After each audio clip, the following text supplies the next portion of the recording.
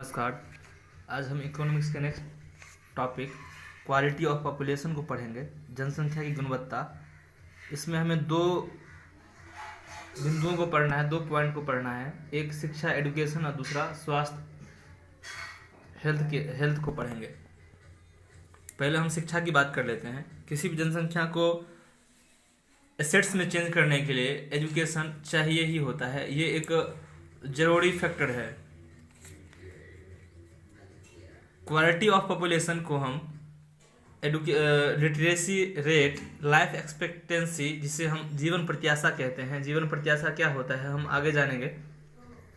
Next जब हम स्वास्थ्य को पढ़ रहे होंगे तब हम इस टर्म को जानेंगे कि जीवन प्रत्याशा या लाइफ एक्सपेक्टेंसी क्या होता है।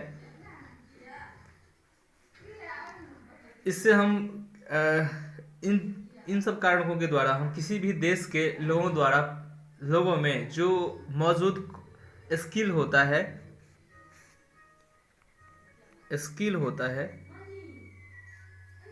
उससे हम ये जान सकते हैं कि वो देश कितना ग्रोथ करेगा। उस देश का ग्रोथ इन सब चीज़ों पे निर्भर करता है। एडुकेशन, हेल्थ और लाइफ एक्सपेक्टेंसी और उस पॉपुलेशन में उपस्थित स्किल पे।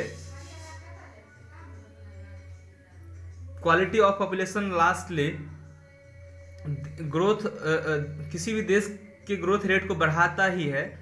यदि किसी देश का पॉपुलेशन अनएजुकेटेड है और अनस्किल्ड है और अनहेल्दी है तो ये तय है कि वो पॉपुलेशन का हिस्सा उस देश के लिए एसेट्स नहीं होकर के लायबिलिटीज हो जाएगा। तब वो देश के ग्रोथ में अपना कंट्रीब्यूशन नहीं देता है। अब हम बात करेंगे शिक्षा एडुकेशन के बारे में। हम अब फिर से एक बार शकल और विलास के बारे में जानेंगे, थोड़ा चर्चा कर लेंगे विलास और शकल के बारे में। अब जान पाए थे कि शकल का जो प्राइमरी या एलिमेंट्री एजुकेशन था वो ठीक ठाक रहा था। वो 10th तक पढ़ाई किया और फिर आगे वो कंप्यूटर की डिग्री लिया और इस तरह से उसे एक फार्म हाउस में नौकरी मिल गई। शुरुआती दिनों में जो वो पढ़ाई कर रहा था उस पढ़ाई का बेनिफिट उसे बाद के दिनों में मिला। वहीं पे विलास के पास ऐसा कोई सुविधा नहीं था, ऐसा कोई फैसिलिटी नहीं था कि वो शुरुआती दिनों में, अपने बचपन के दिनों में एलिमेंट्री एजुकेशन या फिर वो हाई स्कूल लेवल तक एजुकेशन ले ले। और फिर विलास अपने परिवार के काम को ही आगे बढ़ाया और इस दोनों के लाइफ स्टैंडर्ड में काफ़ी अंतर पाया गया। हालांकि इनके पिछले शकल का जो पिताजी थे उनका जीवन स्तर काफ़ी अच्छा नहीं था, लेकिन शकल के अच्छा करने से न सिर्फ शकल को तो फायदा हुआ, इसके अलावा सोसाइटी के डेवलपमेंट में भी शकल का योगदान काफ़ी अच्छा रहा। तो इस तरह से देखते हैं कि एडुकेशन न सिर्फ किसी व्यक्ति के लिए बल्कि पूरे समाज के लिए फायदेमंद होता है। पूरे समाज के ग्रोथ के लिए ये एक अहम फैक्टर है।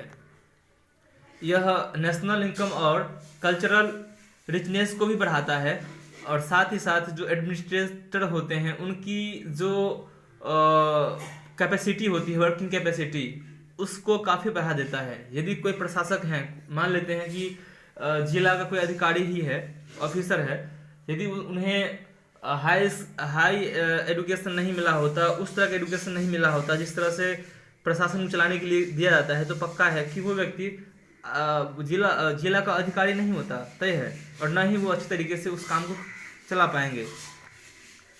एलिमेंट्री एजुकेशन की पहुंच पब्लिक तक है और रिटेंशन और क्वालिटी देने का इसका मेन एम है जो एलिमेंट्री एजुकेशन है। इसे हम प्राइमरी एजुकेशन भी कह सकते हैं। ये रिटेंशन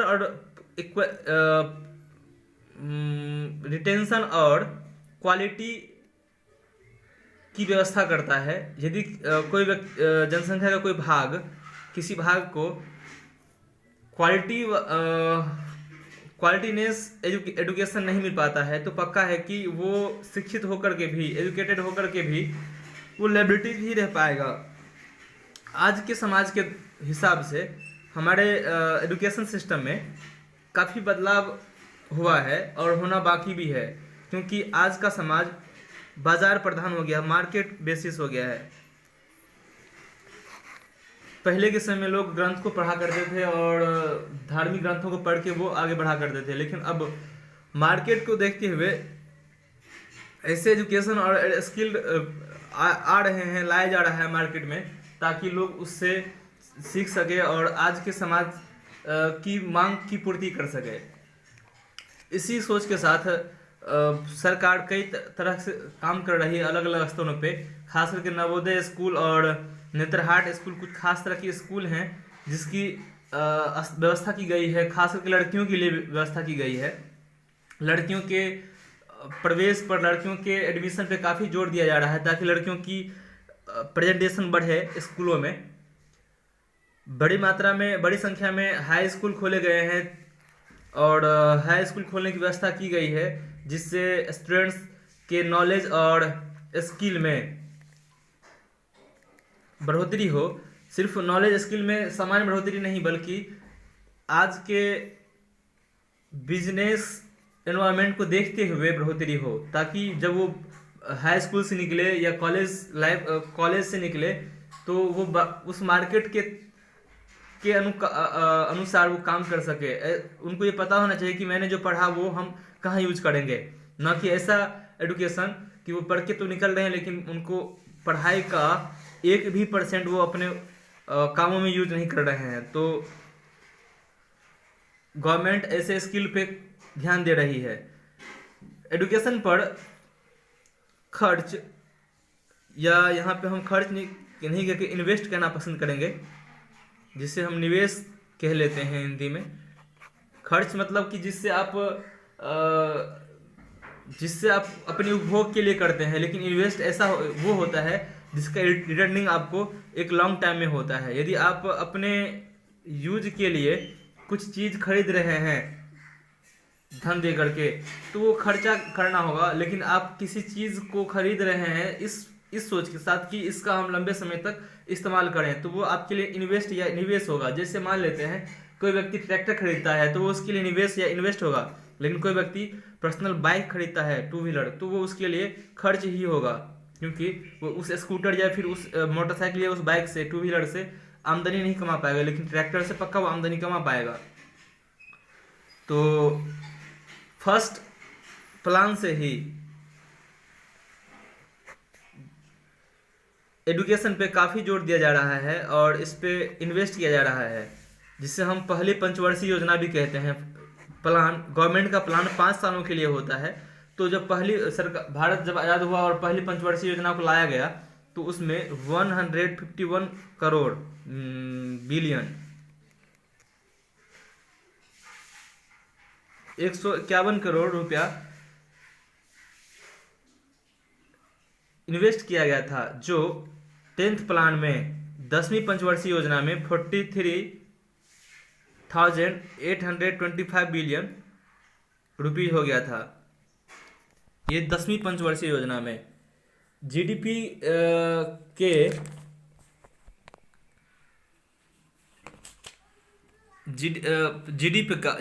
का जो हमारे देश का जीडीपी है उसका 0.64% ये 1951 से 1952 के बजट में शामिल किया गया था। इतना खर्चा किया गया था 1952 टोटल जीडीपी का। सिर्फ और सिर्फ 0.64% खर्च किया गया था एडुकेशन पे, जिससे 2013-14 में 3.3% बढ़ा दिया गया। मतलब पिछले लगभग 60 से 62 सालों में एडुकेशन पे जो खर्च है या फिर निवेश है वो बढ़ा है, लेकिन मामूली बढ़त है, काफ़ी कुछ नहीं बढ़ा है। लेकिन इसके कारण काफ़ी बदलाव आया है एडुकेशन सिस्टम में, लिटरेसी रेट में। 1951 में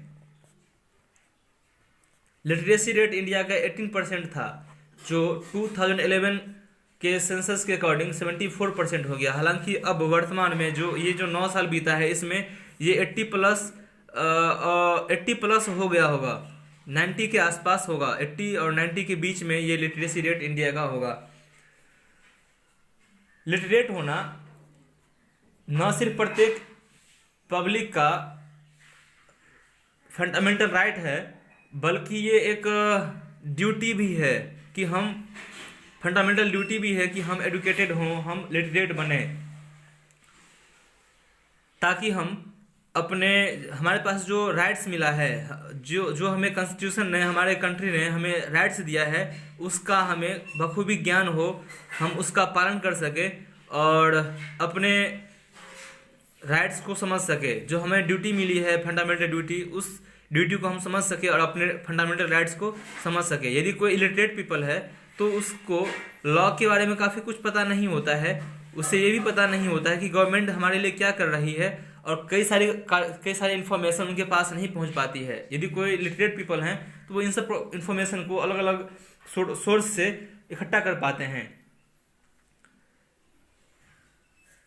जनसंख्या के अलग अलग भागों के बीच लिटरेसी रेट अलग अलग पाया गया है। जैसे जो वुमेन हैं, मेल लिटरेट जितने लिटरेट हैं उसके तुलना में फीमेल लिटरेट कम हैं, और ये दोनों के बीच 16.6% का गैप है। मतलब यदि 100 पुरुष शिक्षित हैं तो इसमें से लगभग तकरीबन 83.4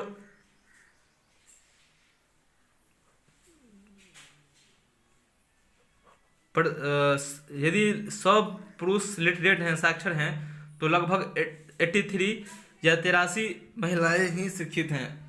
ये रेशियो महिला और पुरुषों के बीच साक्षरता दर में है। इसी तरीके से क्षेत्र की बात करें, एरिया वाइज बात करें, तो जो अर्बन एरिया में रहने वाले लोग हैं और जो रूरल एरिया में रहने वाले लोग हैं, उनके बीच भी काफ़ी गैप देखने के लिए मिला है, और ये गैप 16% है। यदि 100 शहरी लोगों में से यदि 100 लोग शहर में शिक्षित हैं, लिटरेट हैं, तो गांव में ये 84 ही हैं। तो ये देखने के लिए मिलता है कि एरिया वाइज भी, स्टेट टू स्टेट भी काफ़ी गैप मिलता है लिटरेसी रेट में, और जेंडर के बेसिस पे भी देखने के लिए मिलता है डिफरेंसेज। यदि हम केरला की बात करें तो पूरे देश में केरला नंबर 1 पे लिटरेसी रेट में है। 2011 के अकॉर्डिंग केरला में लगभग 94 के आसपास था लिटरेसी रेट। हालांकि वो वहाँ पे इस 9 साल में मुझे लगता है कि 99.99 या 100 के आसपास चला गया होगा, लेकिन बिहार में ये स्थिति काफ़ी कम है। बिहार में 2011 के अकॉर्डिंग 62% ही, ओनली 62% ही लिटरेट पीपल हैं। यदि 100 लोगों को निकाला जाए तो उसमें से सिर्फ और सिर्फ 62 लोग ही शिक्षित मिलेंगे, बाकी अनपढ़ होंगे जो शिक्षित नहीं हैं। अब यहाँ एक बात और आता है कि शिक्षित मतलब बिहार सरकार जो है वो ये लगाती है कि यदि किसी व्यक्ति को नाम लिखना आ गया तो वो साक्षर है, इस बेसिस पे लिया जाता है। तो कई लोग ऐसे हैं जिनके पास वेल एडुकेटेड नहीं है, जिन्हें एलिमेंट्री एजुकेशन ठीक से नहीं मिला है, वो बस थोड़ा बहुत जान गए हैं, थोड़ा बहुत सीख गए हैं नाम लिखना, इससे वो लिटरेट में काउंट उनको कर लिया जाता है। पूरे इंडिया में तकरीबन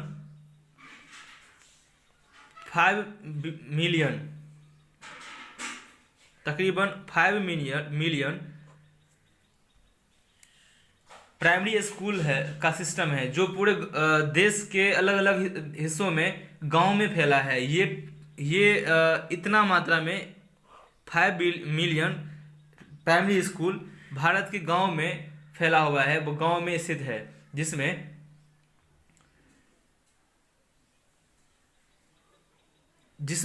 बच्चे पढ़ रहे होते हैं। लेकिन दुर्भाग्य की बात है कि बच्चे बीच में ही पढ़ाई को छोड़ देते हैं, और वो आगे तक पढ़ने की इच्छा या तो इच्छा नहीं रखते हैं या फिर कोशिश नहीं करते हैं। कई कारणों से छोड़ना पड़ता है। उनमें से एक खास या कह लें कि कॉमन जो रीज़न है वो ये है कि उनका जो फैमिली बैकग्राउंड है वो बेहतर नहीं होता है, और उनका इकोनॉमिक जो ले स्टेटस होता है वो काफ़ी लो होता है, जिसके कारण उनको पढ़ाई छोड़ के कहीं ना कहीं रोजगार ढूंढना पड़ता है, कहीं ना कहीं काम करना पड़ता है। ऐसे बच्चे शहर जा कर के भी किसी ढाबे पे, किसी गैरेज में या फिर किसी दुकान में काम करते हैं। 6 to 14,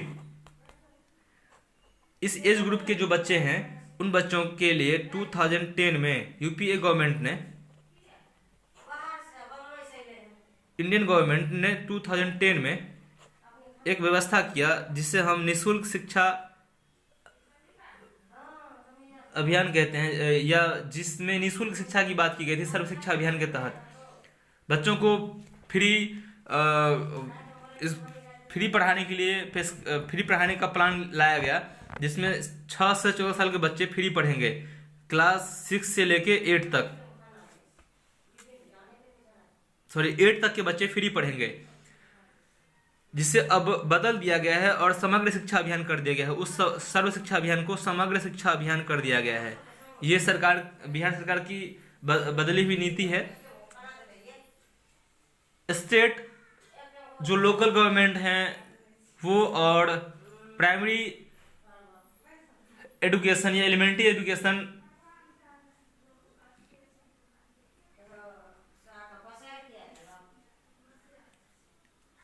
इन तीनों प्राइमरी एजुकेशन को पाने के लिए गवर्नमेंट और लोकल गवर्नमेंट के बीच में, जैसे जो केंद्र सरकार है, बिहार राज्य सरकार है, और फिर ग्राम स्तर पे जो ग्राम कचहरी है, उन लोगों के बीच काफ़ी तालमेल देखने के लिए मिला है। और वे प्रयास कर रहे हैं कि स्थिति बेहतर हो शिक्षा के मामले में, एजुकेशन के मामले में।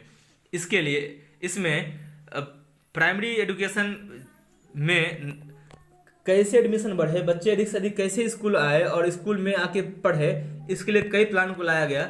जैसे इसमें से कुछ प्लान था सेतु पाठ्यक्रम, स्कूल लोटो शिविर, ये सब प्रारंभ किया गया, स्टार्ट किया गया। इसके अलावा बच्चों को मिड डे मील दिया गया, खाने के लिए मध्याह्न भोजन खाने की व्यवस्था की गई। उन्हें स्कॉलरशिप दिया गया, उन बच्चों के लिए ड्रेस की व्यवस्था की गई। बच्चों के लिए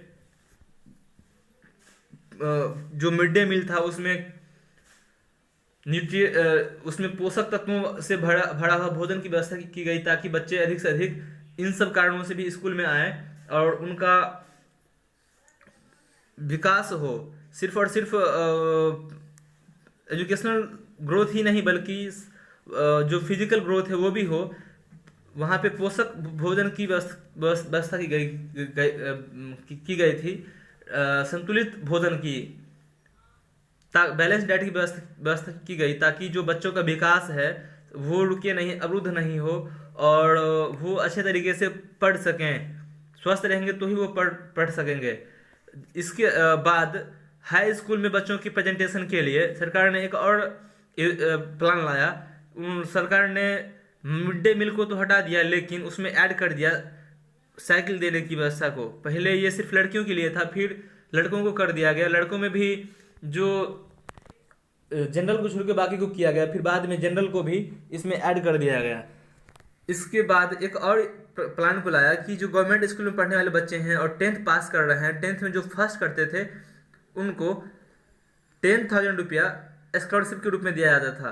लेकिन ये सिर्फ पहले लड़कियों के लिए था, फिर बाद में लड़कों के लिए भी किया गया, और जिसमें सिर्फ OBC SC ST ही शामिल था। बाद में इससे जनरल के लिए भी कर दिया गया। तो सरकार की नीतियां समय दर समय चेंज कर रही होती हैं।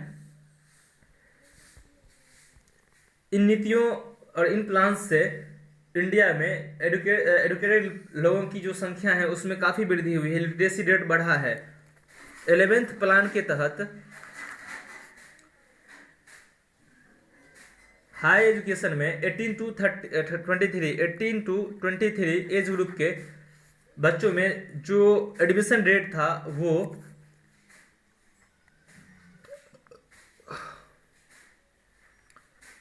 15% था पहले, लेकिन 2011-12 में इसे 21% करने का प्लान रखा गया। जो हाई एजुकेशन में सिर्फ 15% रेट था एडमिशन रेट, उसे 21% रखा गया। और प्रयास किया गया कि जो क्वालिटी है वो भी बेहतर हो। ऐसा नहीं है कि कॉलेज से बच्चे निकले और खुद को ठगे महसूस करे, कॉलेज का पढ़ाई कुछ खास उन्हें रास नहीं आए, उनको फायदा नहीं करे, मार्केट के अकॉर्डिंग उनमें क्वालिटी हो, ये भी प्रयास किया गया। साथ ही ये भी ये भी प्रयास किया जा रहा है कि जो स्टेट गवर्नमेंट है उनका जो सिलेबस है उस उनमें चेंजिंग हो और वे उस चेंज को एक्सेप्ट करें, ताकि जो बच्चे हैं उनको और बेहतर क्वालिटी मिल सके। इसमें दूरस्थ शिक्षा, औपचारिक अनौपचारिक, और संचार प्रौद्योगिकी की शिक्षा देने वाले शिक्षण संस्थानों को भी स्टार्ट किया गया है।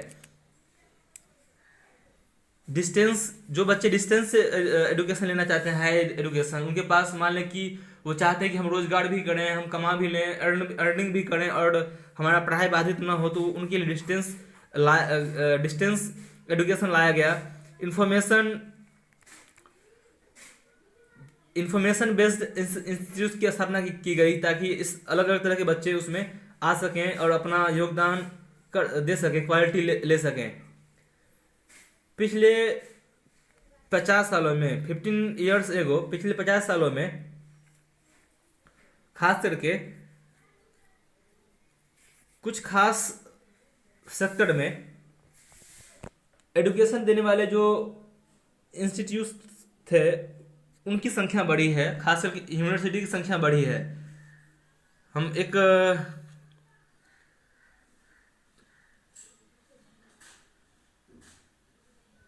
एक टेबल भेजेंगे जिसमें आप देख सकते हैं कि किस तरह से साल दर साल एक खास समय के बाद यूनिवर्सिटी की संख्या बढ़ी है, कॉलेजों की संख्या बढ़ी है, उसमें कितने टीचर्स हैं और कितने स्टूडेंट्स हैं, इसकी संख्या में बदलाव किस तरह से आया है, इसकी चर्चा करेंगे। यहाँ तक किसी को कोई दिक्कत हो, कोई परेशानी हो तो कृपया ज़रूर बताएं। तब तक के लिए धन्यवाद।